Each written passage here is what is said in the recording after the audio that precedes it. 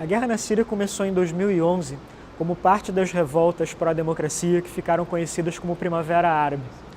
No início foram manifestações pacíficas contra o governo da Síria, que é um regime autoritário.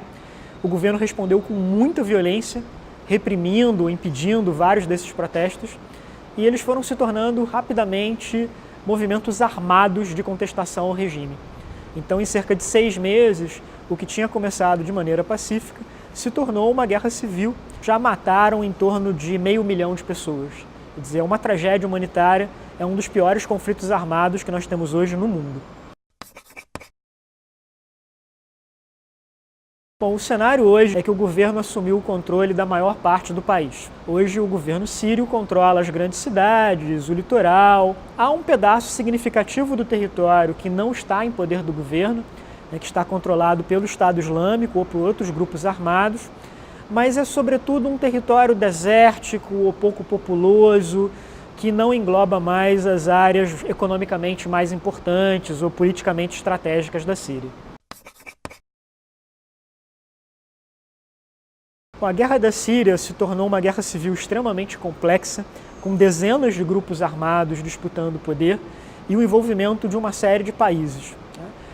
Os grupos principais são o governo sírio, do presidente Bashar al-Assad, contra uma série de grupos armados rebeldes que vão do Exército Livre da Síria ao Estado Islâmico, passando pela frente aos Nura, que fez parte da Al-Qaeda, e com o envolvimento de grandes potências como a Rússia, os Estados Unidos, a União Europeia, o Catar, a Turquia, a Arábia Saudita. Quer dizer, se tornou um conflito onde uma quantidade muito grande de atores armados, nacionais ou estrangeiros, tem algum tipo de interesse, e um conflito na qual a maior parte das vítimas são civis.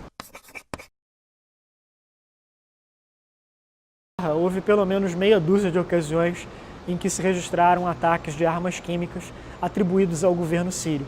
Alguns deles foram confirmados, outros, como o mais recente, agora de 2018, ainda estão investigados. As consequências, primeiro, foram um massacre terrível de população civil, inclusive de crianças em muitos casos, e a quebra de um tabu, de que os governos podem usar esse tipo de armamento e sair impunes, sair sem serem punidos, sem sofrerem algum tipo de represália, o que viola o direito internacional. Quer dizer, há uma série de tratados internacionais que proíbem o uso de armas químicas, biológicas e nucleares, em muitos casos, não em todos, mas na maioria dos casos, e a Síria tem sido uma violação desse tipo de acordo internacional.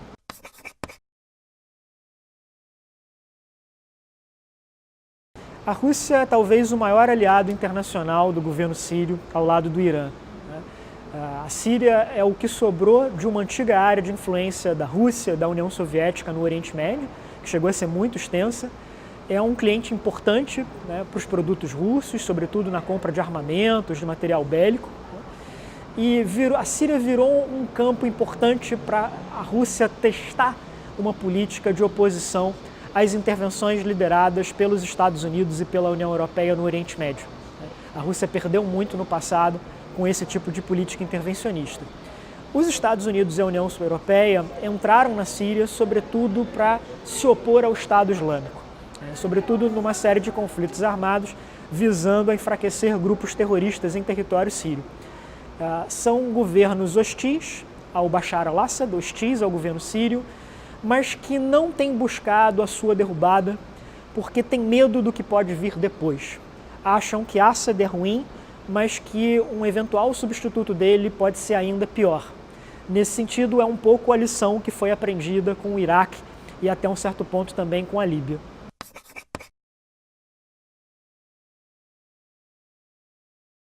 Ao longo do último ano, o que nós vimos foi um fortalecimento na Síria do governo Assad, que retomou muitas cidades e territórios que ele havia perdido, em particular a cidade de Alepo, que foi historicamente o centro econômico da Síria.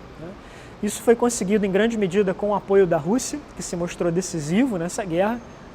Então o governo sírio tem hoje uma posição de força muito maior para negociar um eventual cessar-fogo, para negociar um eventual acordo de paz com a oposição.